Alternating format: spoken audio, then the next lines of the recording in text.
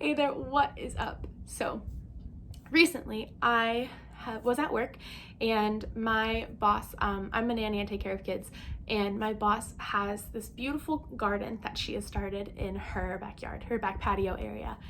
And she was talking to me about it, and I do not have a green thumb. She does. I have like the opposite, whatever that is. I cannot grow things to save my life, but she does, and it's beautiful and it's growing. And we recently had kind of like a little heat wave go through, and it affected the plants, it affected the garden, and you could tell it was a little bit, some of them were a little bit droopier, their leaves were turning a little bit.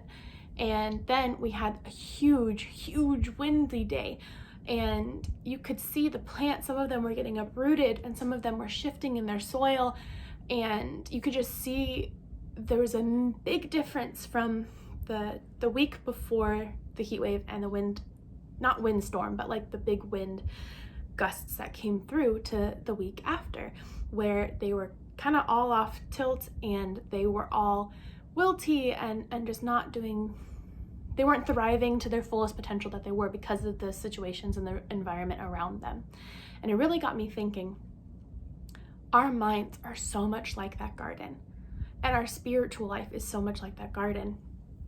And if we are not tending to it consistently, and if we are not accounting for the situations, the scenarios, the environments that we are putting ourselves into, our minds are going to look just like this garden. They're going to be tilted and they're going to be a little bit wilted and uprooted because they were not protected to the best ability, because we didn't see it coming.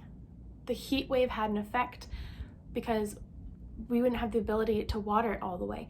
We didn't have, they're in pots. They're not in the soil. They aren't these big, deep, heavy roots. They're smaller because they're smaller plants. So when these storms came around, whatever they looked like, whether it was a heat wave, wind gusts, anything, or if it was pouring rain, the garden is affected. And it's the same thing with our spiritual mind and our spiritual journey and our spiritual garden, where if we are not firmly planted in the Word, if we are not firmly planted in the relationship we have with God, heat, pressure, storms are going to have a bigger effect on us than if we are deeply rooted and we have it set in the Word. Like if you look at the tree that they have out in their front yard, and you look at the little plants, the little tomato plants, one was drastically more affected than the other, because one is big and it is hardy and it is sturdy and it is deeply, deeply rooted into the ground. Whereas the other one is smaller, it's still going, it doesn't have the biggest, deepest roots. So I just want to encourage you, don't forget to tend to your spiritual garden and your mental garden. Take care of it, nourish it with the Word, nourish it with water, with the living water, nourish it with the right things that you are intaking. What are we retaining?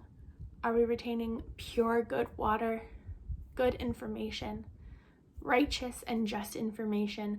Are we filling our minds with the Word and the truth, so that way we may have beautiful, deep-rooted minds? I want my mind to be so deeply rooted that nothing that comes around can alter it or shake it or tilt it or wilt it or anything. But that's not going to happen if I don't tend to it and if I don't give it the attention that it needs daily. Not every once in a while, because if we only water a garden every couple of days, and the plants don't require more than that. I'm thinking about all of the different plants and what they need now. But if your plant needs water every single day, and it needs light and it needs nourishment every single day, and you don't give it to it, it's going to have a drastic change to the plant.